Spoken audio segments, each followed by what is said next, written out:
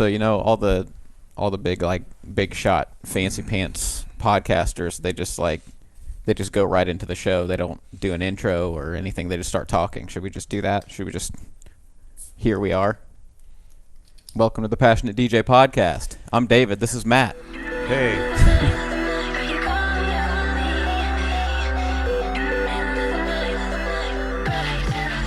We back again. Yeah, I'm your host, David Michael. This is my special guest co-host, Matt Freeman, a returning champion. Yeah. I think it was February or something last time you were on. Yeah, we did an Acid House. And the Acid House. That was fun. People like that one. You were one of the first people actually to record here in the new space, but it was before we were doing video. So now we're on YouTube. So welcome to the video version of the podcast. Nice. And we're just chilling. We're just having a conversation. We don't really have an outline or anything. We're just being buds, hanging out, having a beer, and All right, probably let's do it. I want to talk about this Asylum thing. Those of you watching on the YouTube audience will see some of Matt's visualizations back there. And the Asylum, I will let you describe the Asylum. What was the Asylum? So indescribable. It was such a crazy time. I mean, it was like just those late 90s and warehouse type club, and just a little bit of everything. Had the punks and the goths and the straight edge kids and the outcasts hanging out.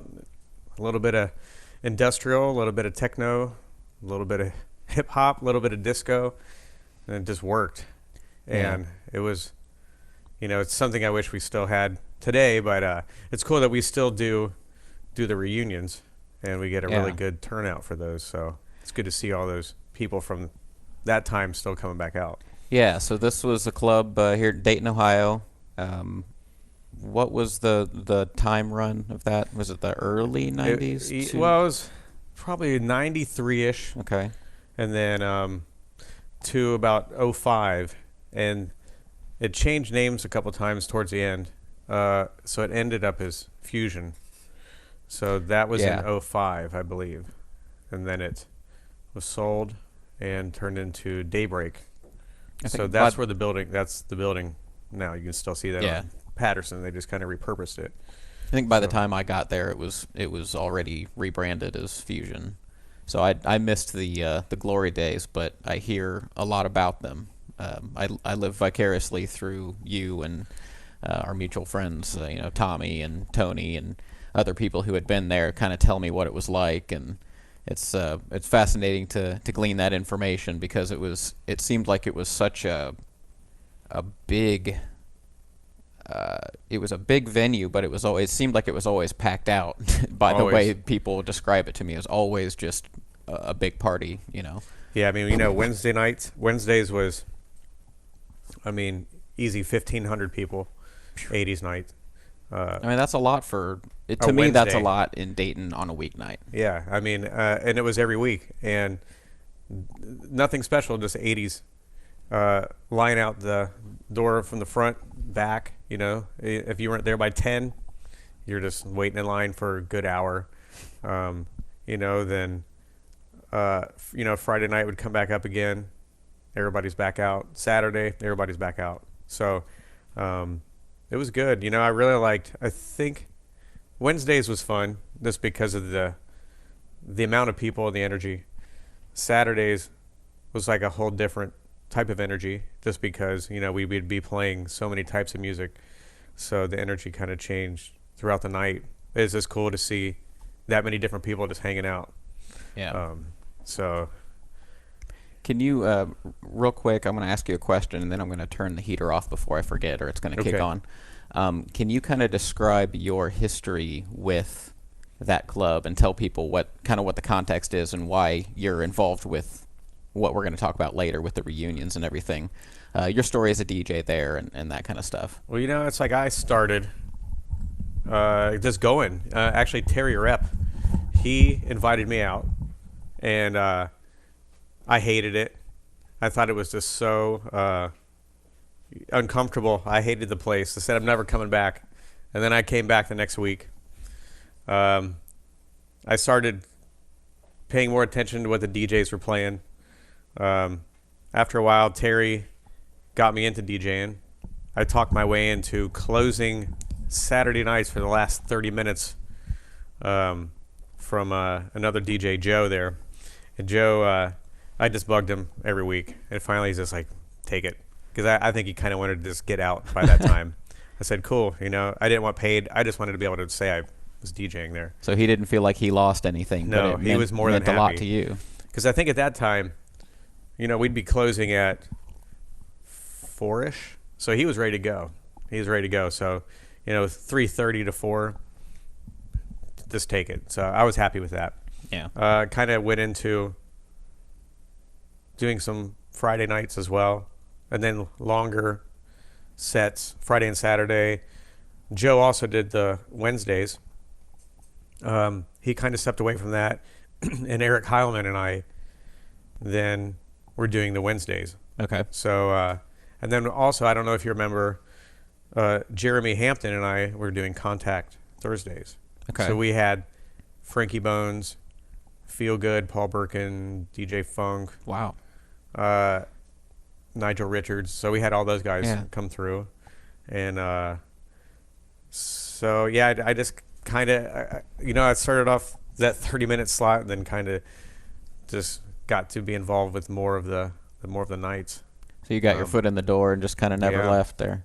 Yeah, and I just loved being there. It's just, like I said, that continuous energy every week, and you know that it was different from the Wednesdays to the Fridays because we did have at that time I think it was 103.9 The Edge. The I Edge think, is what it was. So they would come out for a little while and host the night, and then we kind of just went over to more alternative, you know, type music, a little bit of techno, because I think even then we were having people like Hyperactive, I think, even came out and played. So Soul Slinger. So one night, you know, it was so random. We would have it an alt night, then we'd have drum and bass and techno. Yeah, I really wanted to ask you about that because when I hear people talk about the Asylum, it's interesting to hear the reactions because I hear a lot of the same things said when it comes to the feeling and the vibe and the energy and stuff like that. But I get a lot of different responses of like what people remember from the music. Yeah. So like, what do you when if I were to say to you, what was the Asylum music like? Like if you're putting together an hour-long playlist, what kind of stuff would be on there? Well, you know, it's kind of funny because at that time when I was playing more music coming out of Chicago, underground construction, more hard house. Okay. You know, people were really into the whole Bad Boy Bill mix series and all that. Is that what you started with those little 30-minute sets? It was like Yeah, straight into that pretty hardcore much. stuff. Oh, that's awesome. So that had to be fun. If Yeah, that's what you got to come out of the gate people loved with. it. Yeah, and so I was really more into the techno, but I always loved hearing the Ministry and the KMFDM and the Nine Inch Nails. So it was a lot of people will remember the Armin van Helden remixes of Sneaker Pimps, Right. or Mighty Dubcat's Magic Carpet Ride, or Faithless, Insomnia. So a lot of people associate those times with that music, but then you have that whole other side with the industrial crowd. Yeah. So two different worlds, but like it always worked. But now I almost, focus more on the industrial side, but we still play, like Eric will play a lot of like the Daft Punk type stuff and more of the more late 90s dance tracks, so because that crowd still comes out as well. Like Euro stuff or trance or how, no, like, not even trance. I'm trying to think. I have this list on Spotify, and we have about 20 hours of music on here. So a wide variety. Yes, we have like the Bucketheads, the Bomb, D-Light, Faithless. Because the thing that fascinates me about, and feel free to keep firing some of those off. The thing that fascinates me about the music of the Asylum was that it sounded like by the time that I was going out in Dayton, but because I'm a few years younger than you guys, so when I came in, it was like the hip hop takeover had happened, and so to do the club thing, you were basically playing hip hop, and then like DJs like you and Terry were sneaking in bits of tech house and things wherever you could, to but you had to cater to that hip hop crowd, and so that's what I came into. So for when I hear descriptions of that music, like to me, it sounds more like, no, that was like that's the kind of stuff that happened in Europe. Like that's not Yeah. Dayton, definitely not the Midwest. So it's I like, even though I didn't experience it, it's like I have this feeling of missing it. Like, oh man, I missed out on something pretty special there. Yeah, it did kind of switch over to mainly hip hop in the end, and at that time I had kind of left, and Doug Collins came in, and he did a good job of keeping that going. Yeah, he kept it going For a while. for a good while. Yeah, and yeah, and it's I wish we had more video of those nights, especially when it was more, the electronic and industrial alternative prodigy type stuff. But nobody had phones out back then, so it's hard to find even a little bit of video from those nights. Yeah. I think Terry Rep might have some from the contact nights we did, and that's really the only thing I've ever seen. So it'd be cool if somebody out there had some video of something. We have a little bank of pictures, and every now and then we'll see some new ones pop up, but there's just not much floating around from that Yeah. time. You kind of just had to be there. So considering the time frame that we're talking about here, and knowing what I do know about the happenings of our city then, was there any connection or correlation with the Asylum or the Asylum crowd and, say, the rave scene of the I late think so. 90s? Yeah, because there'd be every now and then a party going on the same night. Some people would stop into the Asylum, head to the party, or vice versa. So we still had that pretty good crossover Yeah. of those two worlds. So that was good that they could What- both happen and be supportive of each other. Was it like you would work together with promoters to like, hey, let's do an after party, and was there Not any of that even going on really. back Yeah, then? No, we didn't really even have to. I mean, I think there was enough people. because there's some of that nowadays. Yeah, and there is, but I think then there was just enough people out to support It just didn't both matter. scenes. Yeah, it didn't matter. Yeah.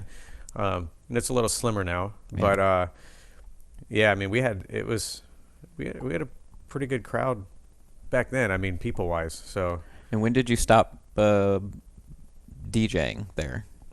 I want to say, whenever I went over to Fusion, I think that's pretty much when Doug started taking over, and that might have been like the last 2 years. So I want to Okay. say '03. So I think that's pretty much when he came in. Okay. And at that time, the '80s night wasn't a thing anymore. We had stopped doing that, and I can't even remember what we were doing on Fridays. For a while too, Eric Heilman did a swing night like on Sundays, Okay. Yeah. and that was big. That kind of had its little moment. He brought that back for a little while. We did like a swing and kind of like rockabilly stuff at Yeah. the Pearl for a while. Yep. Yeah, so he did a really good job with that on Sundays. So again, it's just a whole nother crowd. It's like, it Yeah. doesn't make sense, but it just worked. So it was good to just see that amount of those different groups come out to support the same place.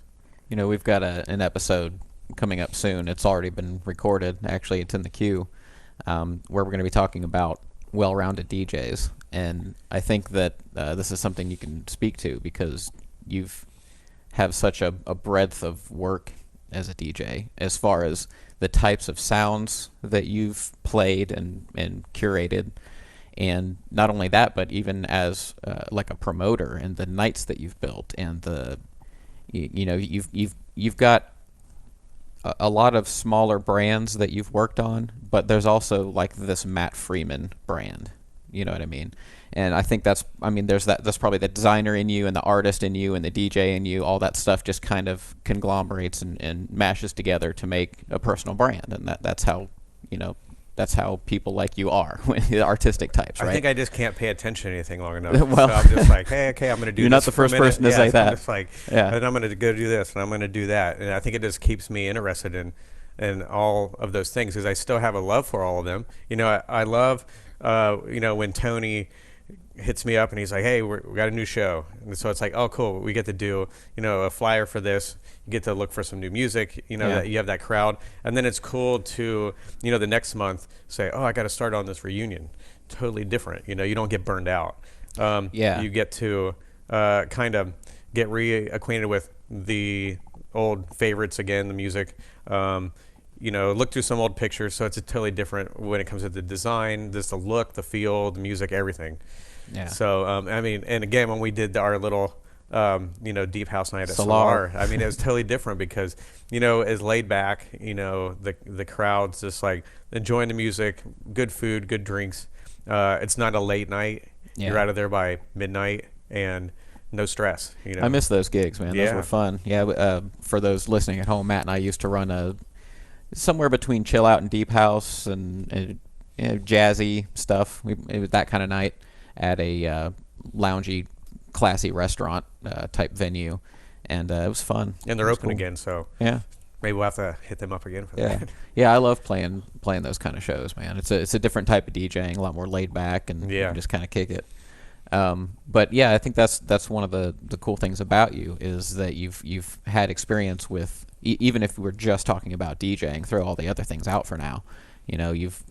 You started at the Asylum playing that. Well, I don't know if that's where you started, but Yeah, we pretty started much. the That's story. where, yeah. Okay, at the Asylum, already playing a interesting breadth of music, and then you've done the goth scene music. Mm-hmm. You've played to that crowd. You've done the deep house and you've just when I kind of got to know you, and I started my going out days was those hip hop days, and so when I saw you were kind of catering to that crowd, but also playing some of your own flavor, and then giving the sandstorms or whatever you had to keep that crowd interested, and I learned a lot from watching you do that. Yeah, I really Terry did. and I even did the top 40 stuff at Pearl. Those were my earliest days as a DJ. I was watching you guys do that stuff, and it was fascinating to watch because my impression was if I want to be a DJ, I'm not going to be able to play the stuff that I want. And then after watching you guys do that long enough, I'm like, bullshit. Yeah, you Like, can't. these guys it's are like pulling it off. You got to give them what they want, Yeah. and then you have to you throw in something to kind of tell them what they might want, and then go back to what they want. You give got and to take. keep their attention. But it works. It's just how you really present it. But I think it'd be cool to see more people not just stick with one genre because it's just more. There's so much out there, so just kind of being able to get in these little pockets. Yeah. So. But what's your ideal gig? Is that like acid house, acid techno, or do you have an ideal? Yeah, man. Ideal. Just that it doesn't even have to be that big crowd. Just like a crowd that's really into the music and maybe playing more underground music, and it probably would be more of the acid house stuff they're not even familiar to. But they just like what they're hearing. Because based on how we've been describing your DJing, people might think that you have this like ADD all over the place style, which is not the case. When like you do the Journey thing. Yeah, just I'm not going with to the best throw of in them. Ministry on a night where for the Paul Oakenfold night. Yeah. It's not going to be. Well, I like want to that. make sure that I don't take away Yeah, from that yeah. side of your DJing because you do that right along with the best of them, and that's Appreciate that. and you have this like really strong energy with it, which is really fun to watch. Like I know when I go to see Matt Freeman do his thing, that there's going to be. I'm like, all right, I'm going to be on the dance floor and I'm going to be tired when I'm done, but it's going to be fun and it's that music that you got to pay a little more attention to and get stuck in that groove, and that's just what I love about that. And I wonder if that's kind of because the techno and electronic music and the way you played it in the 90s is so different than now. There's still the underground element, but playing at clubs now, people always want the drop. Yeah. And back then it was just like the groove and like just really getting into it and going somewhere. Both are okay. Nothing wrong with either one.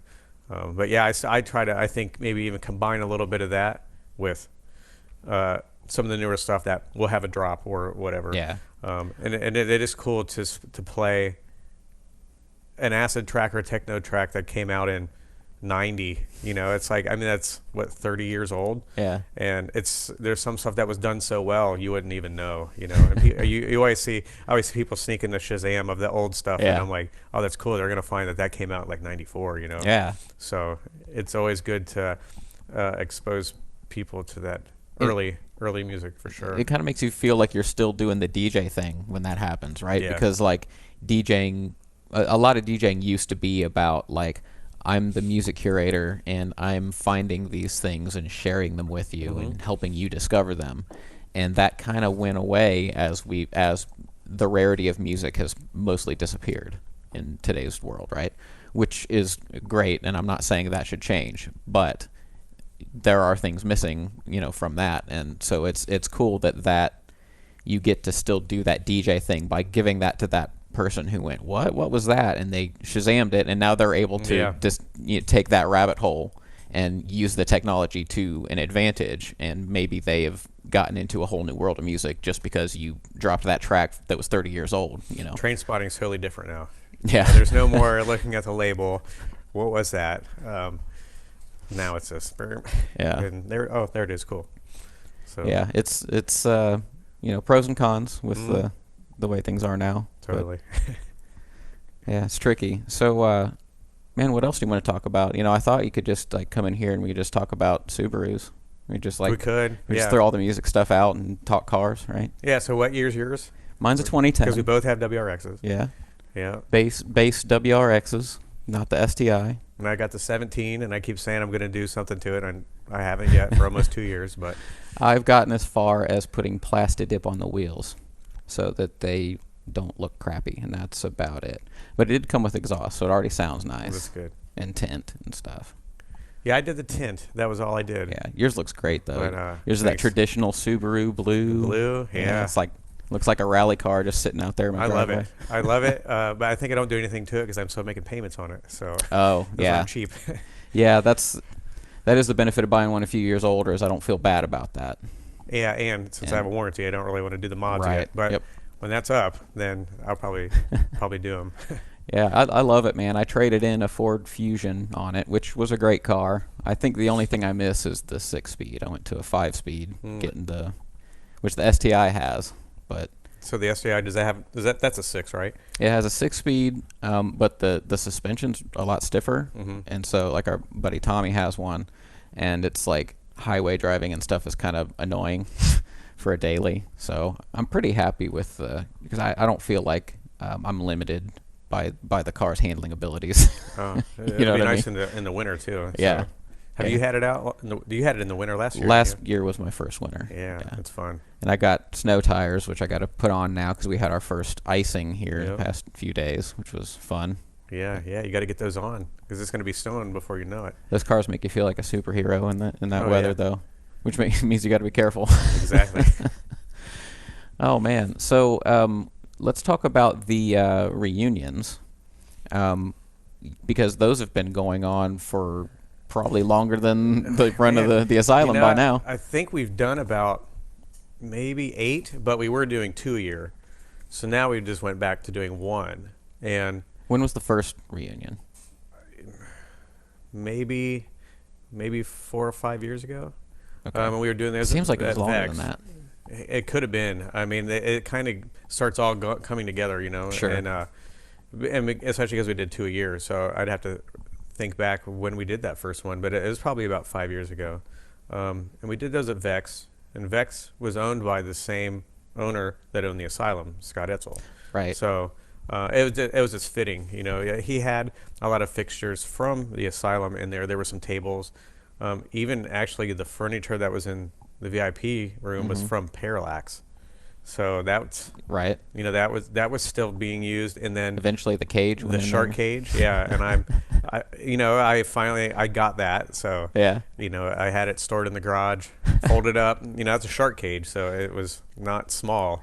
By the way, can we talk about the DJ booth at the Asylum? Oh yeah, the DJ booth was this big jet boat that I think Scott might have purchased from Florida, and I heard, because this thing was like hoisted in the air above Yeah. the crowd. It was like big, like warehouse Yeah, building type of, yeah. a 15-foot ceiling. Yeah, So big tall this was ceiling. up in the corner. You could see the whole club from the booth.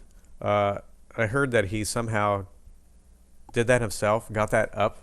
I don't know how you lift a boat up by yourself, but he did it. He can do anything. So the boat just kind of like jutted out from the wall, or how would you? Well, there was a big access door.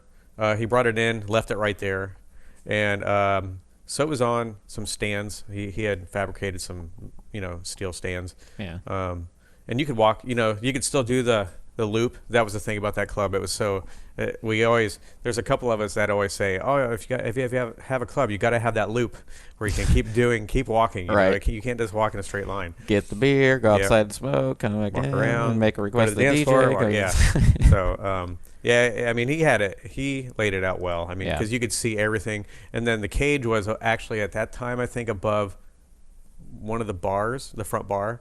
I think it moved at one time or two times, because it might have been next to the or to the boat, and then in the end, when it was Fusion, it was above the dance floor. And I think they had like a motorized hoist, where it would put people in it and then take it up. How So, was the sound and lighting situation in there? the sound was, it was loud. He had it. I believe he did the sound as well. There was a nice big pit area that had like a raised dance platform. Right in that area, is where all the bass hit. You had that nice big sweet spot. The lights were at that time, a lot of strobe. Good enough, yeah. A lot of this. I don't even know what they. Now everything is so different. Yeah. But it was well lit. The sound was great. Of course we would run it so loud. We were always Yeah. replacing it. But I mean, it was. Because eventually a lot of that sound ended up in Pearl. In Pearl, yeah. And it So sounded that good came in too. there because Yeah. that was a much smaller space. Oh yeah, I can't believe that we had all that from the Asylum in Pearl. So Yeah, when they moved that stuff in there, about blew the roof off. yeah, I like, mean wow. that sounded good. Yeah. And I think he did some upgrades as well to Yeah. that. But yeah, it was cool to see a lot of that still, like being kind of repurposed into Pearl. So yeah, and let's see, I came across with some of the decor in the Asylum too was the mannequins. They had about maybe 50 or Forgot so about the naked mannequins. mannequins that were up on kind of raised up above you. So I tracked one down. Tommy Penguin found one at a garage sale. He's like, man, you gotta Wow. go get this. He's like, this is one from the Asylum. So I picked that up, and I always bring it out to the reunion. Yeah. But so I always bring that, and then I have the cage is now kind of installed there for the time being, so people use it all the time. Yeah. So it's cool that it's still being used. So this next reunion is when? It's going to be Friday, November 23rd, so it'll be Black Friday. Coming right up. Yeah, and we were doing them Wednesdays because, back then that was the biggest night of the year to go out, was the night before Thanksgiving. Everybody's in town. Well, now everybody's older and they have kids, and Yeah. they're cooking, so they're not going out. So that Friday, they're ready to get away from their families and, Yeah. and dance. So. I'm glad you brought that up because I wanted to ask about that. Like, do you find that to be a struggle because you are by doing a reunion show, you're inherently limiting yourself to a certain amount of people and a certain age group who by now have kids or careers or whatever is happening in their lives and aren't necessarily going out all the time. Is that a struggle? No. No. I mean, because see, they don't go out all year, but they will go out that one night. And so because they it's that plan special. for it. Yeah, and Yeah. I'll probably always keep it that night, so they do know, they're aware. They can plan, because a lot of them do have kids, so they can plan to have the kids, a babysitter. But now some of these people that are coming out now have kids that are able to go out because they're 18. So you have some that are bringing their kids, Yeah. and it's a little. It's like, is this happening? But it's cool, I mean, The because- Twilight Zone? Yeah, but they've have kind of shared that music with them, so they're familiar with it, and they get into it just as Oh, much that's cool. as the parents do. But so we have. I just had my dad on the show the other day, so Yeah, I saw that. I think that kind of stuff's cool. Yeah. Yeah, and we do have some people that never went to the asylum, but they've never missed a reunion because it's kind of like the closest thing to that. So they've been coming This is the out. guilt trip part of the show, right? Where you tell me that I could be experiencing it You could. by coming out. Yeah, and you can, and you will because you're going to be there Friday. You're bringing everybody with you. That's right. So, We'll have a party. yeah. It does sound like a lot of fun, man. It is, and it is so. Sometimes it's hard to wrap your head around it because we're not going to play anything new. It's going to be everything from that time, you know. Yeah. We do a request list, but we know pretty much what everybody's going to want to hear, and it's just to think, wow, I've played this music for these people for, since the late '90s, and we're all kind of back together and playing the same music. So it's just like it just doesn't make sense that you're still able to do it sometimes, because everything's the same. It's just so much longer. So what kind of turnouts have you been getting for these, and have they been steady? Have they gone up and down? Have they dwindled? How's that? They're actually getting bigger. Are they really? Yeah. So it's kind of cool because That's fascinating. I sometimes people say, "Why do you keep doing it?" And I'm like, because people still want to go out. Successful. They still have that, they still want to go. So why stop? Because it will get to a point where we don't do it. And then That's not the answer I expected you to give. Yeah, I expected it to wane. Yeah, I mean we've I think last year it was over 250. Really? So this year That's a good reunion. Yeah, and this year it seems like we're getting a really good response this year. I feel it'll be maybe bigger. It'd be cool to hit capacity, which that might even be capacity at therapy, Yeah. I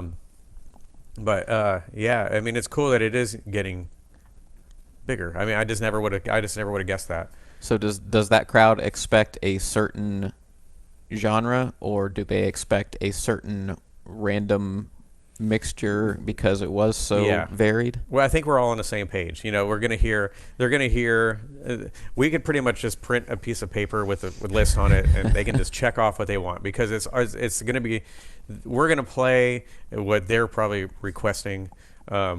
We don't usually hear or see a lot of things on the list that we didn't play. But sometimes, like I said, the people that maybe weren't there, might request something, but if it works, does somebody come in and maybe they weren't there for the Asylum days, but they hear 90s music and they're like, oh, can you play Tupac or whatever? Maybe you did play Tupac, I don't know, but you know what I'm saying? Yeah. And if you got to make a judgment call. Would this work? This one person might want it, does everybody else want it? Is it? And sometimes they'll request something where we're like, oh man, we never even played that, but that will totally work. Okay. And sometimes we're like, yeah, we're not. So you bend but won't break. Yeah. So whatever makes sense. You want to keep everybody happy, and that's the thing. We always do the request. I mean, and we start at 9, which is like, I'd say most events 9 o'clock. You don't have a real big crowd gathering at 9, right? But since everyone's a little bit, older, they're there at 9 o'clock. I think by 9:15 we had 50, 75 people, last year. So that was good, because then more people come in, they already see that crowd there. So it's pretty good. It's a pretty good start to the vibe of the night, and they stay till the end. We stay open probably 30 minutes after Nathaniel says we're closed. So we just keep going. If they're there, So I guess we should. This is at Therapy. I guess, Therapy Cafe, 3rd Street, Dayton, Ohio. Yep. Yeah. So it's fascinating to me that crowd is growing, and that you're seeing fresh faces for a reunion show where you play what are essentially throwback jams. Mm-hmm. You know what I mean? Like that you're seeing a size increase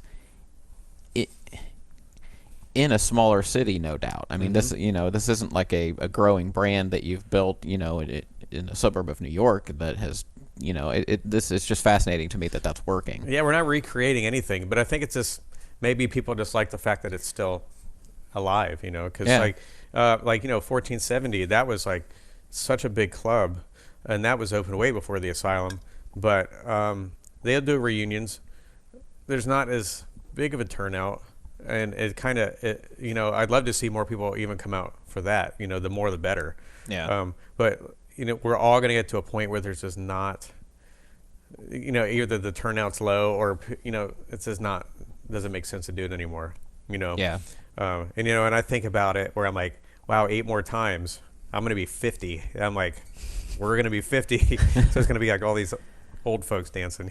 But I mean, that could work. I mean, some of the goth nights are kind of that way. Yeah, and if it works, I mean, I'll keep doing it till it just doesn't make sense. I mean, because I I think love it's to great see those that people. yeah, I think it's awesome. Like I see there some regulars and especially the goth scene stands out to me just because I know a couple of specific people that come to mind. But I'm sure that this isn't every crowd, and that's awesome. That used to be an odd thing, and I don't think it is anymore. You know what I mean? Which I think is a good thing because, clubbing doesn't have to be about broing out Yeah. and having college parties and, doing shots and getting crazy. It can be about this camaraderie and this community and friendship and shared interest in music, and that's super awesome that you've found yourself involved in so many different ones.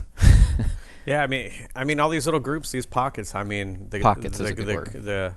The crowds are just, you just want to keep in touch with those people. You want to see them out. I mean, so it's I don't know. I'll keep doing all those different, playing for Tony or whatever. If we could do a deep house night, I'll keep doing that. I would probably just do it till it doesn't make sense. Come do a live stream, by the way, That'd be good if you want. Yeah, we can do a little acid live stream. Yeah, That'd be good. do one after the show if you want. I'll see if I have some music with Yeah. me. All right. It would take me about 5 minutes to set up. There you go. Sweet. All right. Yeah. By the way, I'm trying not to be distracted by your visuals back here on the screen for the YouTube audience here, but Yeah, so Brian Mills, he used to go out all the time, and he did these visuals, and he had sent them to me, and I think Chris Favorite and Dwayne, that DJ'd from 1470. So a couple of us have this, and he had used these visuals for some nights, I believe. And so now we're kind of incorporating that into the night. So we'll have all this showing. And I have a nice big collection of pictures as well, so we kind Yeah. of go through those. where's So- all this footage come from? I have no idea. No? Yeah, Brian did all of it, and I'd have to ask him where. I don't know. I think he just kind of spliced everything together. I mean, he was always good at that. So you just got like the Asylum. I like that Asylum circa 2000. Yeah. And what's mindfuck? What's Well, that that was referred to? That was kind of like all the security had those shirts, and on the outside of the club it said circa 2000 dance. So I think he probably just didn't want to have mindfuck on the outside of the building. So yeah, so it kind of was like an explicit version and then a censored version. So Yeah, that's cool. yeah, so mindfuck was pretty much what happened every Saturday. You would go there and drink all night. And, I can't tell you how many fights there were. That was like Yeah. a whole other aspect of that night. It wasn't a good night if there weren't like 5 fights. But I just kind of steered clear of those because I Yeah. could be in the boat and I could just watch. Oh man, look at that one. So But- since you've had so much success, kind of, I don't even want to say bringing back. I guess like maintaining scenes that wouldn't otherwise have a home here. You've had a lot of success with your involvement in that. Is there any that you haven't had success with, if that makes sense? Is there anything you wish you could get back that isn't around anymore, or man, that's a good question. I don't know. It's like any scenes that have faded away over time that you miss? I really like those late '90s, the late '90s rave scenes. Really, when it was just in a That's what just everybody a says. dirty, warehouse. It was just so stripped down and raw, and a lot of the Detroit DJs, Chicago DJs, just the raw elements. Like I really miss that because I felt like that was very artistic, in its own sense. Because you're just taking a place that no one uses. It's essentially abandoned, Yeah. and you're transforming it into that venue for the night. So It's all festival now. yeah, and I think festivals are good as well. But yeah, I really miss those days of just, a map point, and then going to the event and, it was just about. You might want to explain that for our younger users Yeah, I mean, or listeners. you used to have to call there was all the numbers on the flyer, so you'd have to call. They'd give you the map point to get the map to get to the venue. So, you weren't just going straight there, but that was part of the adventure. You're like pulling up to here, you get your little map, and then you're like, oh, cool, it's right there. But it's just I would love for that to. I would love to do an event like that again, where That would be the people were awesome. there because they put the effort into figuring out what was going on. It wasn't really just because everybody else was going or whatever reason. I mean, they put the time into figuring out what it was. So you could only the promotion was through word of mouth and Yeah, like a chain of and communication. you had your voicemail. You would The hotline. Or yeah, the whatever. hotlines. You would call those, and yeah, I miss those days. Just that whole feel of it. It seemed tangible. It seems like nothing's tangible anymore. Everything's Streaming and cloudy. yeah. And I mean, just a whole day of digital. vinyl. Touching vinyl and carrying the records and the turntables, and now everything's like flash drive, and all the pictures are everything's streaming. It's real, but it's not. It's nothing. the music's real, but the medium's not, and Yeah. that's hard for collectors to deal with. Yeah, because you don't really, you can go through. I'm sure you can go through all these records here and say, I remember when I bought this, where I was when I bought this, and I'm never going to be like, I remember when I downloaded this MP3, and Right. but it's a lot more convenient. I'll tell you that, to just carry one little flash drive Yeah. in your pocket. I mean, it is the same.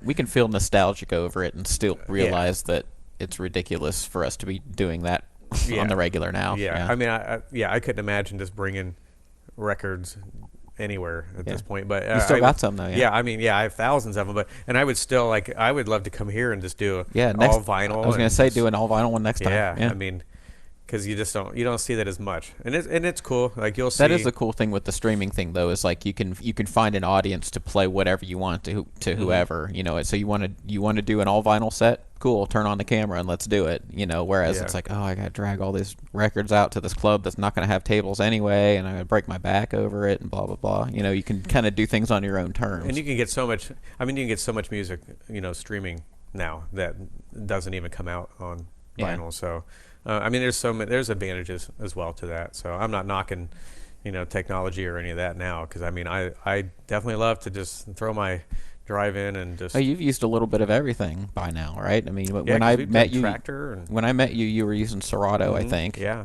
On like an all-in-one CDJ unit with what timecode CDs. Is that how you I were doing think that? at that time, yeah. It was like a rack mount. Yeah. The rack mount version of the CDJ 1000s. It was that whatever that rig was, CMX something or other. Yeah. And you were using that, and you had like an all-in-one unit. And then when we were playing at Solar, we were playing on Tractor setups. I know you do the record box thing. And I've seen you play records, so you're kind of like I'm the same way. I just like playing on a little bit of everything. love What are the you f- doing I- now? Well, I mean, I still have the feel of vinyl. I do like Serato because you can still have that feel of vinyl, but it is kind of cool to be able to use Tractor. The new Tractor has timecode support built in. That's You don't have to and get a I separate haven't- license I anymore. haven't used Tractor for a minute because it seems like lately I've just been using the CDJs and just playing, off the flash drive. But You can check out my demo video of Tractor 3 on youtube.com/passionatedDJ. Ding! I'll have to check that one out. But yeah, I think I don't know. I don't know. I don't know. I would use it. I'm cool with using whatever. I mean, Well, what are you using for the reunion? for the reunion, I'm just using Serato, because I mean, you don't have to get fancy. You just play the music, play it well, and just Yeah. it's very stripped down. It's just it's very. There's just not a lot. Just play the music everybody wants. They want to hear the throwbacks, and as long as you hit the request, you don't have to Yeah. do any tricks. You don't have to do anything fancy. You just It's not about that. don't remix it. Just play it. Yeah. Because if you do, they're You'd going to be annoy like, them. "What are you doing?" That's not how it sounded That's right. then. You're like, "Okay, cool. I Yeah. won't do that." Yeah, So- know your crowd. Do you still have Tractor stuff? You have like an S4 or something at home? I have the Denon mixer, There's a Denon, and at this point, I don't remember which one it was. It's an all-in-one, but you can, I can use tractor and Serato on it. Which Denon? I can't remember which one it was. I haven't even looked at it for like probably 3 months. But you can hook up the turntables or CDJs, and it has the Wait, was it my old mixer? No, because that was the no, you bought my 500. Yeah, that was That's the 500. Right. I used to have a DN 1600. Denon. Okay, yeah, but that 500 though is by far probably one of my favorite mixers because that was just well, that was just the standard for so long. That thing's made the rounds. That particular one too. Yeah, I used it for a billion years, and it was used for a billion years before I had it, and you had it for a billion years. Now the mixer that I started using at the Asylum was the Yuri 1620. So it was all knobs. And, rotary. Yeah, so that's like the standard, What did you think of that? Because a lot of people really still like rotary. I like it. It's totally different feel mix-wise. But I did like it. You kind of always had to figure out what volume you were at. It wasn't the same. There was no meter. Not even like analog? With the needles? No, there was nothing. No? Part of me really wants an old mixer like that has a little needle. Yeah. I love that look. Didn't the Geminis have that? Was it the Gemini? What was it? I can't remember. Sure. I remember one of the first mixers I got was from Terry Rep. Yeah. And it might have been a Radio Shack. I mean, but it had those meters. Yeah, it reminds me of like 70s vintage hi-fi electronics, And those are totally fun. I mean, I would love to do a set with the Yuri or but these are fine too with turntables as well. So the Allen and Heath, the Zone 92, they had a rotary kit for that. You could convert it. Yeah. And now they have the Zone 96, like the new generation of it, which is actually has the built-in sound card and all that stuff. I wonder if they have or if they are going to come out with one for it. I don't know. I mean, and there's part of me that's pretty curious about, like, I've always fantasized about having a rotary, but I've never actually owned one, so it might change. You can still get those. But if you look on eBay, there's like $3,500. Oh yeah, because they've been redone, boutique ones and stuff. Yeah, but it's still they have some nice looking ones. Yeah, those are like works those are of good art. Mixers. So look into those for sure. The 1620. 1620. That was like the Yuri 1620 was like just the standard, in that time. Yeah.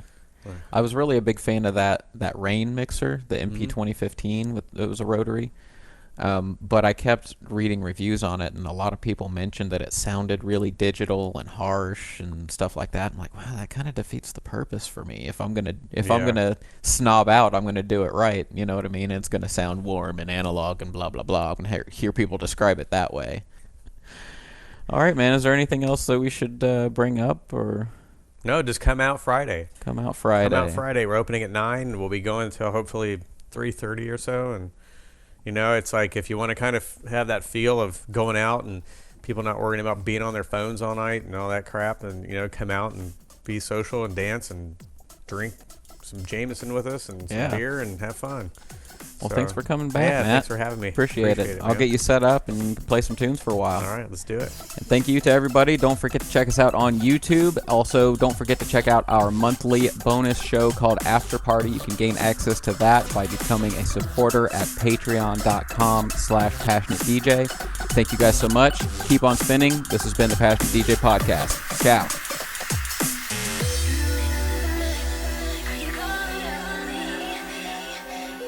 The way my nose points is like right into the mic where I try to adjust it so I hear myself breathing. So I have to try to cater to that, but you also want the mic close for the best sound.